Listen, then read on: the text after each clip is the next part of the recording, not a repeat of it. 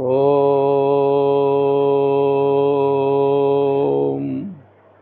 हरि हरि ओम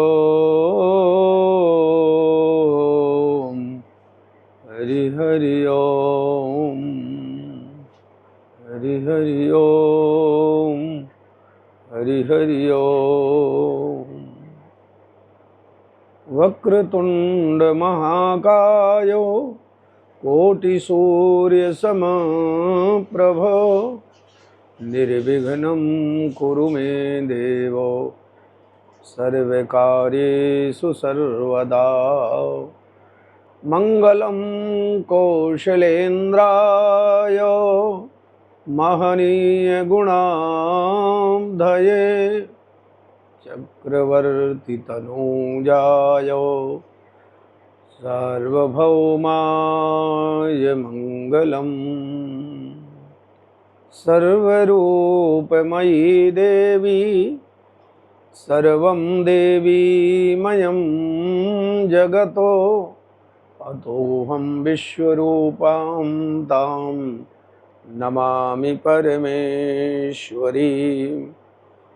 तव तत्त्वं न जानामि कीदृशोऽसि महेश्वर यादृशोऽसि महादेव तादृशाय नमो नमः। यस्यांके च विभाति भूधरसुता देवापगामस्तके बाले बालविधुर्गले च गरलं यस्योरसि व्यालराट् सोऽयं भूतिविभूषणः सुरवरः सर्वाधिपः सर्वदा सर्वः सर्वगतः शिवः शशिनिभः श्रीशङ्करः पातु मां श्रीशङ्करः पातु मां।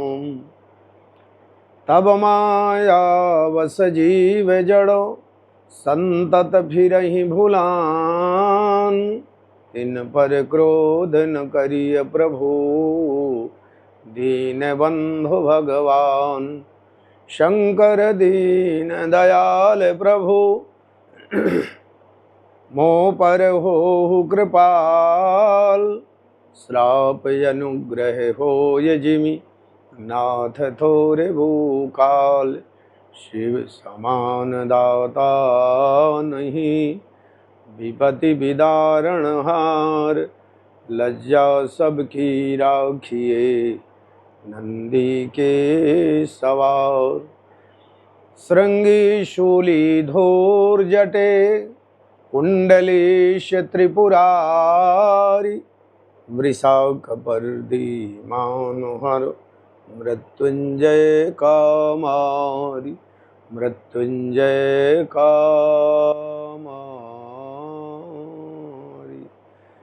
धर्म क्षेत्रे महाक्षेत्रे गंगा कालिंदी संगमे प्रयागे परम पुण्ये ब्रह्मलोकस्य वर्त्मनि।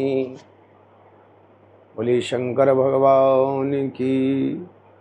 अनंतानंद ब्रह्मांड नायक निर्गुण निराकार सगुण साकार सारे जगत में व्याप्त जगत आधार जगदीश्वर जगन नियंता अनुरणीयान महतो महियान भावान भूत भावन शिव विश्वनाथ हैं, जगत के मालिक हैं, जगदाधार हैं, घट घट में व्याप्त हैं और सारे विश्व में भगवान शिव की कृपा हर भक्तों के ऊपर विराजमान है। संसार के जितने भी जीव हैं वो शिवमय हैं और उस शिवमय शिव को हम लोग अभेद बुद्धि अविद्या के द्वारा नहीं जान पाते हैं। शिव तत्व के द्वारा, शिव तत्व और शिव रहस्य के द्वारा हम शिव सत्ता को जान पाते हैं। बड़ा ही सुंदर प्रसंग माँ भगवती पार्वती का इस धरती में अवनी तल में अवतार कैसे हुआ, यह दिव्य प्रसंग आज के इस शिव रहस्य के अंतर्गत आप लोग श्रवण कर पाएंगे। भगवान शंकर आशुतोष चंद्रमौलेश्वर जब सती का देहोत्सर्ग हो जाता है तो यत्र तत्र सर्वत्र भ्रमण करते हुए मर्यादा पुरुषोत्तम भगवान राम जो उनके आराध्य देव हैं उनका स्मरण वंदन करते हुए भ्रमण करते हैं, जगत में यत्र तत्र घूमते रहते हैं। सारी धरा को भगवान शंकर ने पावन कर रखा है। कोई भी ऐसी संसार में जगह नहीं है, विशेषकर भारतवर्ष के हर जगह जहाँ भगवान शंकर की कृपा ना हो, और कश्मीर से कन्याकुमारी तक कोई ऐसी जगह नहीं है जिस जगह पर भगवान शंकर के देवालय न हो, भगवान शंकर के शिवालय न हो, 12 ज्योतिर्लिंगों में से कोई ना कोई ज्योतिर्लिंग ना हो। तो अद्भुत कृपा भगवान शंकर की सारे जगत में है, सब जगह व्याप्त हैं भगवान शंकर। भगवान शंकर एक बार मर्यादा पुरुषोत्तम भगवान राम के दर्शन करते हैं और भगवान राम को प्रणाम करते हैं, तो मर्यादा पुरुषोत्तम भगवान राम ने आदेश दिया शंकर भगवान को कि अब हमारी इच्छा है प्रभु, हमारी आज्ञा को आप सिरोधार्य करें, आप पुनः विवाह करें। शंकर भगवान कहते हैं प्रभु एक बार विवाह करके क्या स्थिति हुई है आपके सामने है, मैं अभी तक पश्चाताप कर रहा हूँ और पुनः आप विवाह के लिए आज्ञा कर रहे हैं, तो जैसा आप कहें। वस्तुतः विवाह करना अब मुझे जैसे औढ़रदानी के लिए उचित नहीं है, लेकिन जैसी आपकी आज्ञा हो। स्वामी विवेकानंद जी के पास में एक नवयुवक आया और स्वामी विवेकानंद जी से पूछा कि स्वामी जी हम ये जानना चाहते हैं, आप कृपा करके बताइए कि बड़े दुविधा में हैं। दुविधा ये है कि विवाह करें कि ना करें। तो स्वामी विवेकानंद जी ने एक ही शब्द में उत्तर दिया, बेटा दोनों में पश्चाताप है, विवाह करोगे तो पश्चाताप है और नहीं करोगे तो पश्चाताप है। विवाह करोगे तो जीवन भर पश्चाताप करोगे क्योंकि बंधन में फंस जाओगे, और नहीं विवाह करोगे तो ऐसा लगेगा कि जो विवाह करने वाले लोग हैं वो ज़्यादा सुखी होंगे, तो उसमें पश्चाताप है। दोनों में पश्चाताप है। लेकिन सच बात है ये है कि विवाह करने पर यदि दाम्पत्य जीवन में भगवत आराधना होती है उससे अच्छा तो कुछ है ही नहीं। भगवान शंकर ने तथास्तु करके और उस आज्ञा को भगवान को माना है। उधर यत्र तत्र भ्रमण करते ही भगवान शंकर अपना समय व्यतीत कर रहे हैं। सुखदेव भगवान शंकर अपना समय व्यतीत कर रहे हैं और इधर भगवान शंकर की आराधना समस्त देव वृंद करते हुए, भगवान शंकर की आराधना करते हुए शंकर भगवान से सभी देवता चाहते हैं कि भगवान शंकर का विवाह संपन्न हो जाए।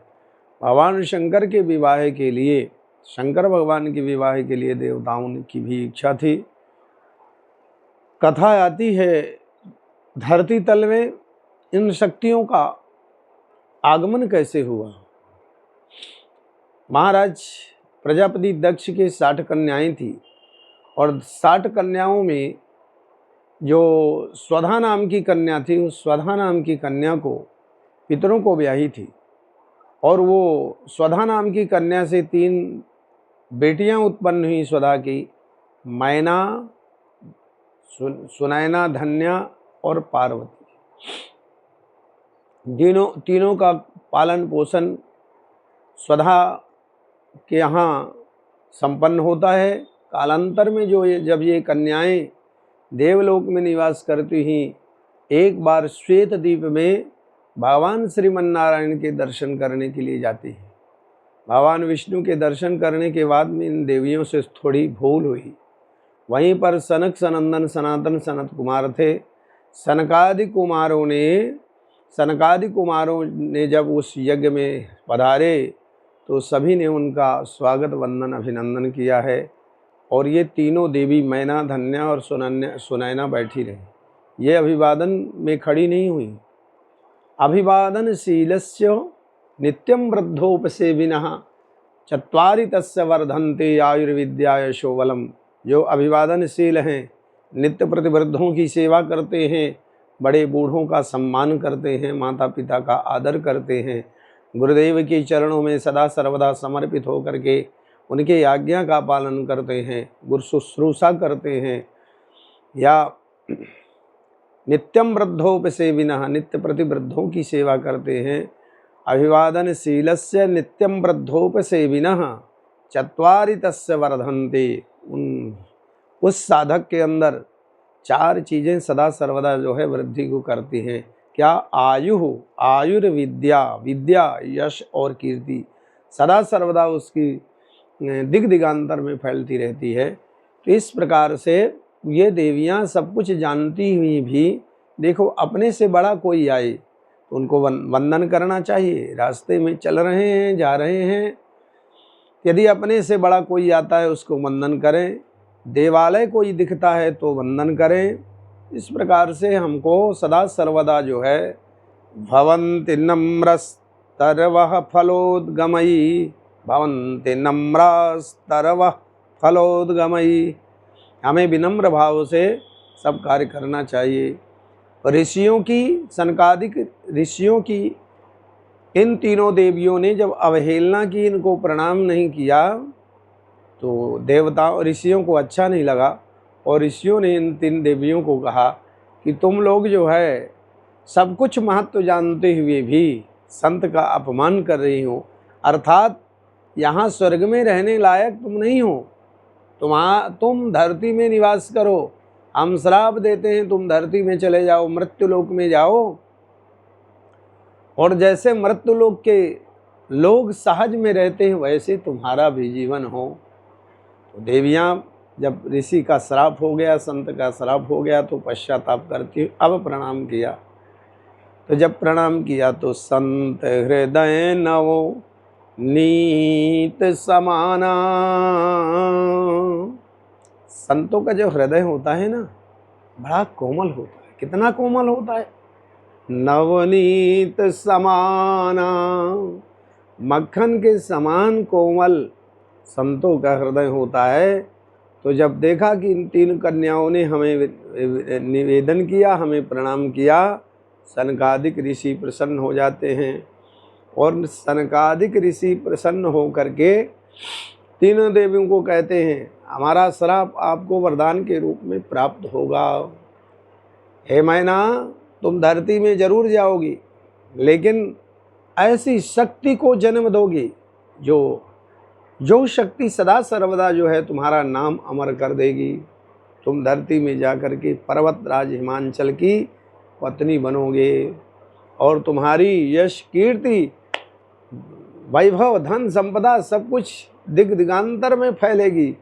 और तुम्हारे यहाँ ये बेटी के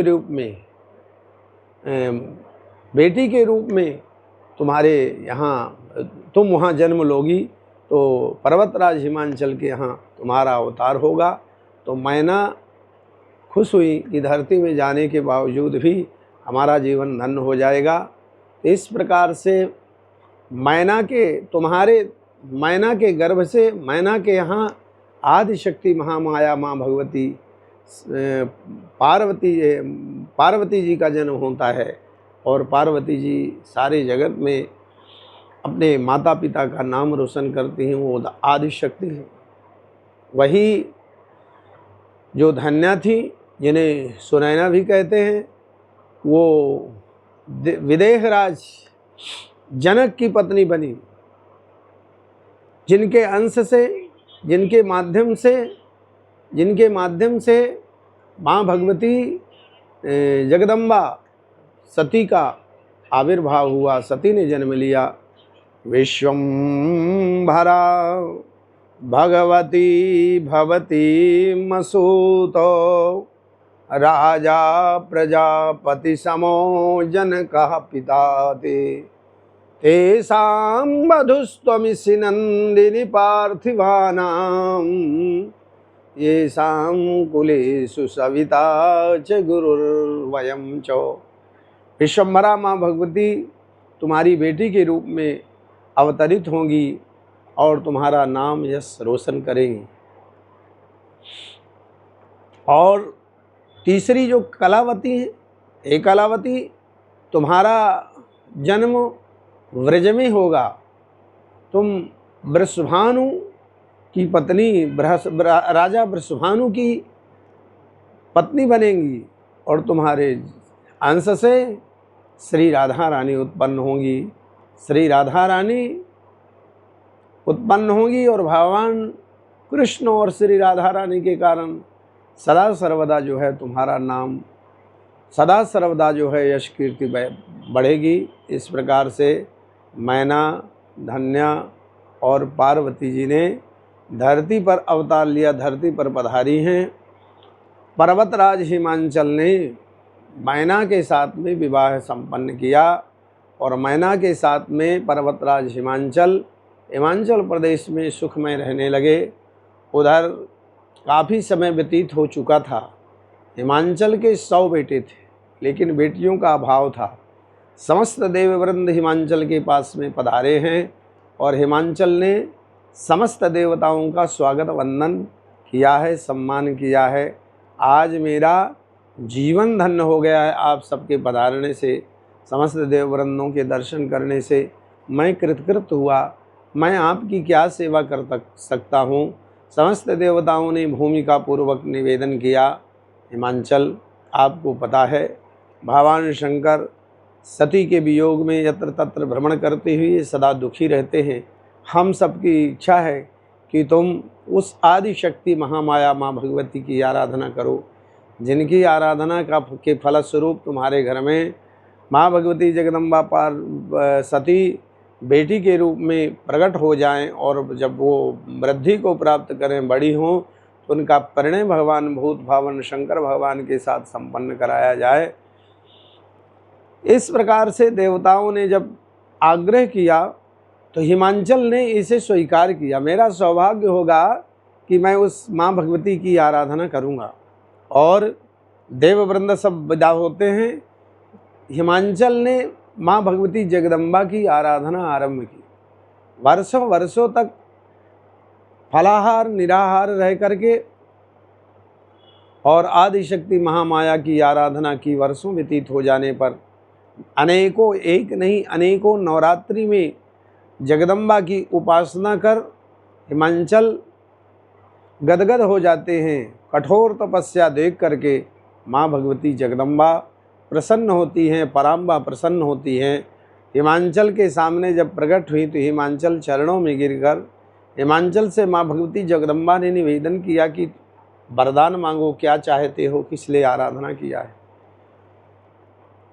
हिमांचल कहते, माँ मैंने बहुत बड़ी कल्पना की है। आप जगन माता हैं, जगत की आधार हैं, सृष्टि भूता है, आधार भूता जगतस्त्वमेका, जगत की आधार हैं आप।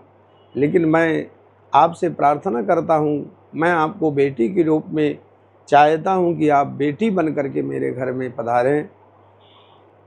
माँ भगवती कहती हैं, हिमांचल यद्यपि यह बहुत मुश्किल है, लेकिन तुमने मेरी आराधना किया है तो मैं तुम्हारी आराधना को निरर्थक नहीं जाने दूंगी। मैं तुम्हारी बेटी के रूप में अवश्य अवतार लूँगी। और उधर माँ भगवती ने सुंदर शुभ मुहूर्त पर माँ भगवती ने अवतार लिया है। अष्टभुजा रूप में जब माँ भगवती ने अवतार लिया तो मैना और हिमांचल ने माँ भगवती की सुंदर आराधना की। विश्वेश्वरीं जगद्धात्रीं, हे माँ आप सारे विश्व की माँ हो, जगत की माता हो, आपका जन्म हुआ है। हमारी प्रार्थना है आपसे कि आप बालिका के रूप में परिणित हो जाइए। चतुर्भुज रूप में थी, बालिका के रूप में परिणित होने की प्रार्थना की तो माँ भगवती जो चतुर्भुज स्वरूप में थी, बालिका के रूप में परिणित होकर के आराधना करने लगी। और हिमांचल आराधना किए। आराधना के फलस्वरूप माँ भगवती प्रसन्न होती हैं और प्रसन्न हो करके बालिका के रूप में परिणित हो गई। जब बालिका के रूप में परिणित हुई, बालकाल का सारा सुख, जो बचपन का सारा सुख है, पर्वतराज हिमांचल ने प्राप्त किया।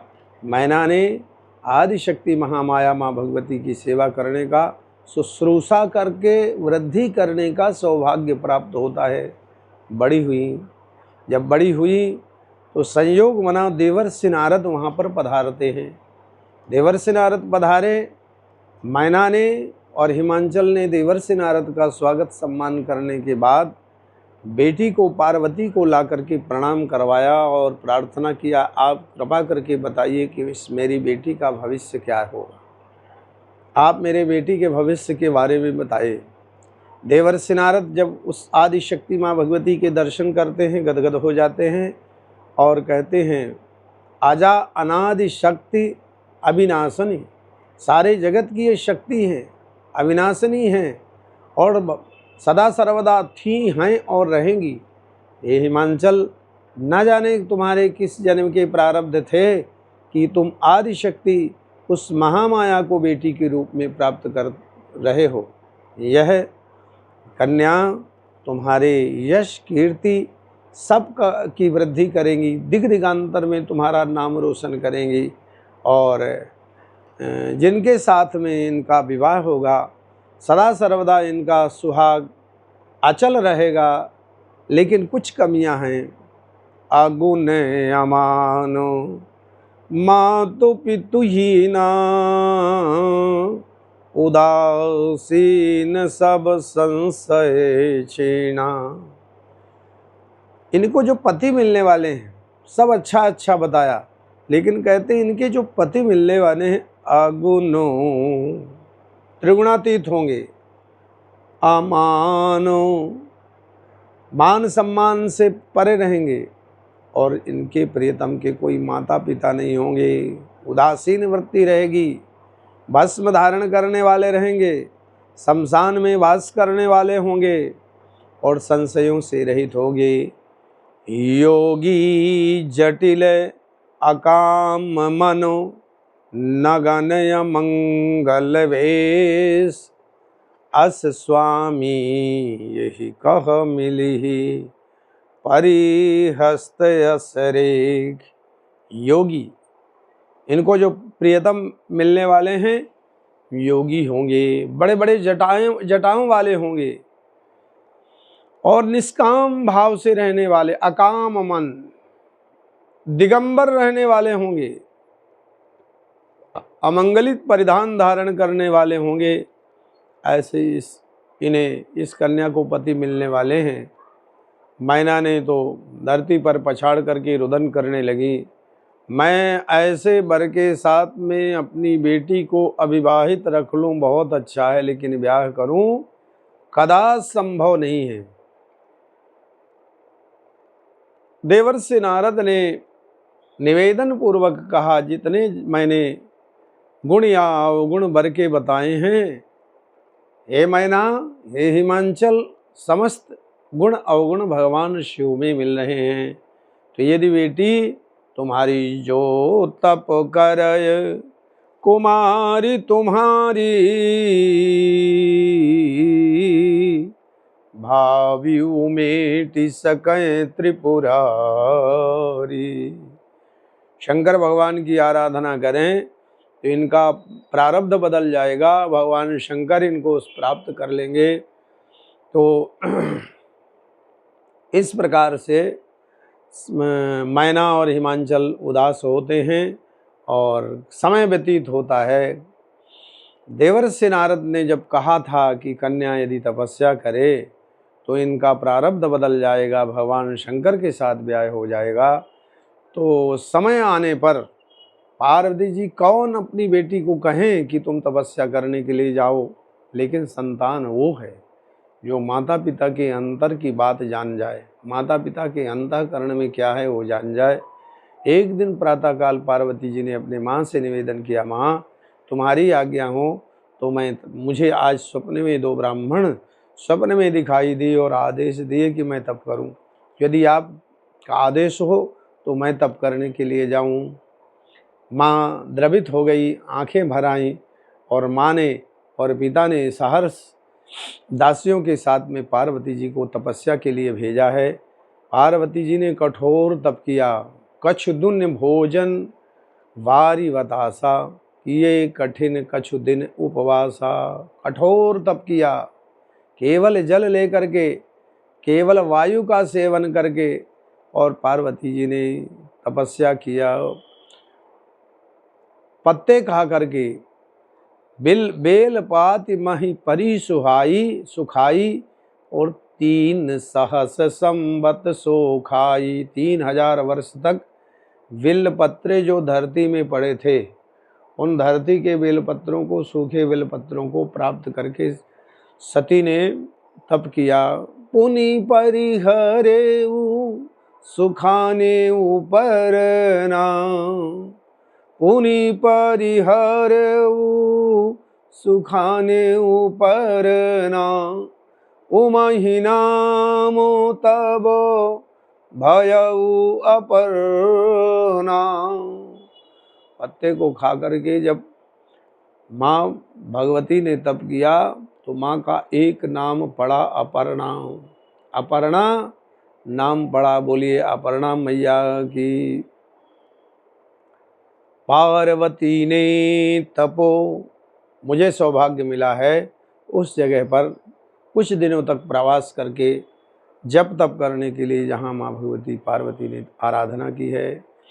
बहुत ही सुंदर दिव्य निर्जन जंगल है, पहाड़ है, पर्वत के मध्य में सुंदर दिव्य सरोवर है। उस सरोवर के तट पर पार्वती जी ने जहाँ तप किया, उस स्थल पर मुझे भी सौभाग्य मिला है कुछ दिन साधना का।